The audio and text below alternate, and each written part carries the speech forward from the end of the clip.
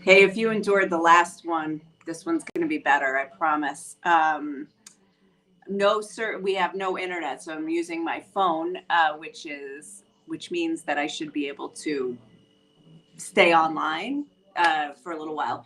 But I wanted to do this video, a quick update, just to say today is 100 days since the war began between Israel-Hamas. October 7th, 100 days ago, Hamas invaded Israel, crossed through the barrier, and killed 1,200, kidnapped 250. The war, that led to a war. Israel responded, and there are now almost 24,000 dead in Gaza, according to the Palestinian numbers. So those are disputed, by the way, people. That's why I say according to the Palestinians. Maybe so. Anyway, 100 days. That was marked in Israel by protests, by gatherings. There were people in what has become known as Hostage Square in Tel Aviv, and families of the hostages are there really all the time. But on the 100th day, they had from last night through today, they've had ceremonies, speeches. I mean, they're just they were there around the clock. There was also a protest yesterday. 120,000 people that were in Tel Aviv that blocked the highway. That they're saying enough with with the government's policies. It's not enough. There's also hostages. In addition to the 136 that are still in captivity, there are 2 hostages and that have been in Hamas captivity for 10 years. And there are also 2 soldiers that they still that were killed, and they have their bodies. So anyway, since 2014. So anyway, they were all there present for this. Now, the 100 days was also marked throughout all of Israel. There was 100 minutes of a strike, I guess, for lack of a better word, where everything closed down, like the malls shut down. Certain unions were not supposed to work, including the teachers' union took part in that. So how would they do that? Like if the kids were already at school, because it was supposed to be from like 11 o'clock to around 100 minutes from then was at 12:40. So they were supposed to be their kids were already in school. So I asked my kids what they did at their school. If the teachers did, they couldn't do a walkout if the kids were there. And apparently, we got a message from the school saying that many schools even debated whether or not to talk about it at all because of the sensitive nature. And there's a lot of just the graphic atrocities that occurred, a lot of pain involved, a lot of confusion. But particularly for a school like ours, where my kids go, where it's Jewish and Arab that learn together. And so it's even more complicated or sensitive to approach such issues there, because many of the kids would have relatives that either were kidnapped or killed or currently serving in the army, whereas some have relatives who are living in Gaza and who have family members who are in danger. So I'm going to ask one of them, Raya or Lucas, either of you ready for an interview? So come. We have a willing participant right here. Come sit. So can you tell us, Lucas, you can come too, but I want to know, here, pull up a chair, what you talked about at school, what your teachers, principals. It was principals, okay. So it was from the Tichon or from yours? Yeah, from ours. Okay, so what did they tell you? How did you mark the 100 days? So, So when I came to school, I saw my Hebrew teacher with a sticker on it that said 100. And I asked her, what did 100 mean? And she said it meant that it passed 100 days since the war started, and all the people, and they took people from Israel to Gaza. Okay. And Ryan, what was your takeaway from what what the principals said today? They said like today it's not only Sunday, it's the 100th day of the war.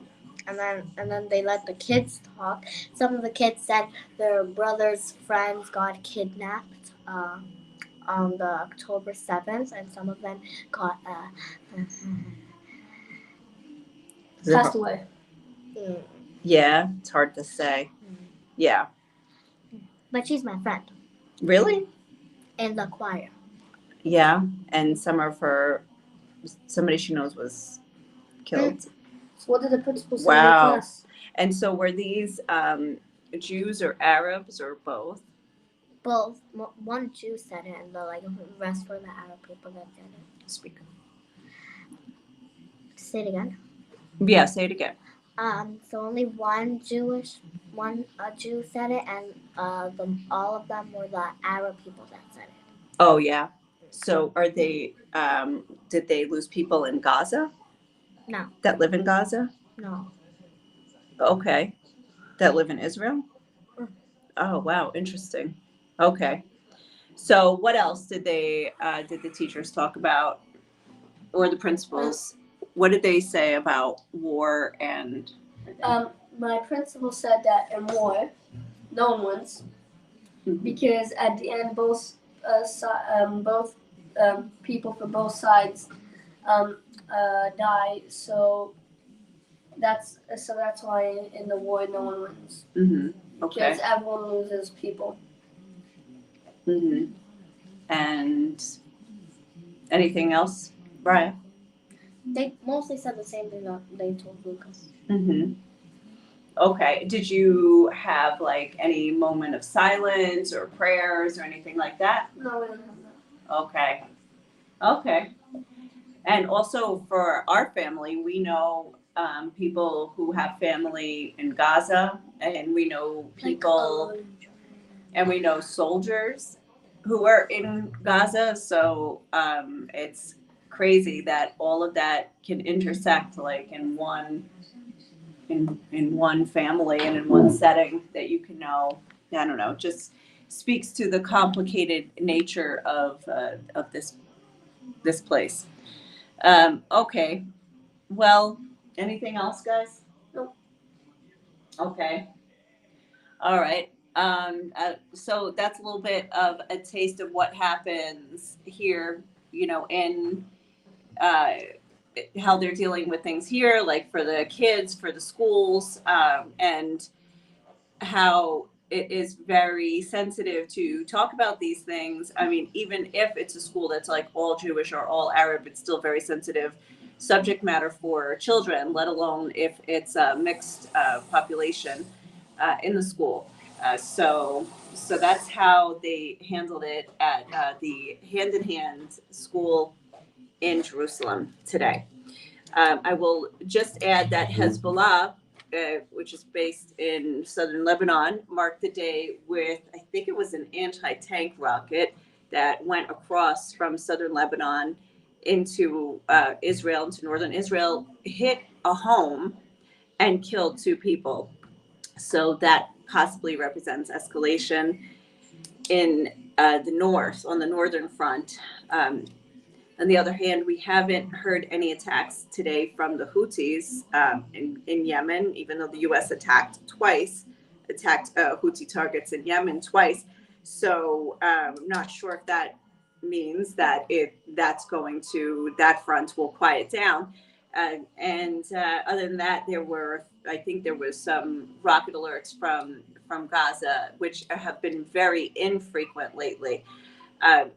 One of the things that Israel's talking about is taking over the Philadelphia corridor, which is a tiny strip running the border between Gaza and Egypt. And if they take over that strip, it would mark a complete sealing of the southern border of Gaza. So that's talk that's going on right now. But the main story of the day, at least here in Israel, is about the 100 days and is about the hostages who haven't, we haven't heard from them. They haven't received their medication. Nobody knows if they're dead or alive, if they've been moved even out of Gaza. And the people, family members are out there protesting and saying, okay, do whatever it takes and make it a priority. And they feel that the government has, many of them feel that the government hasn't made it enough of a priority to get out the hostages.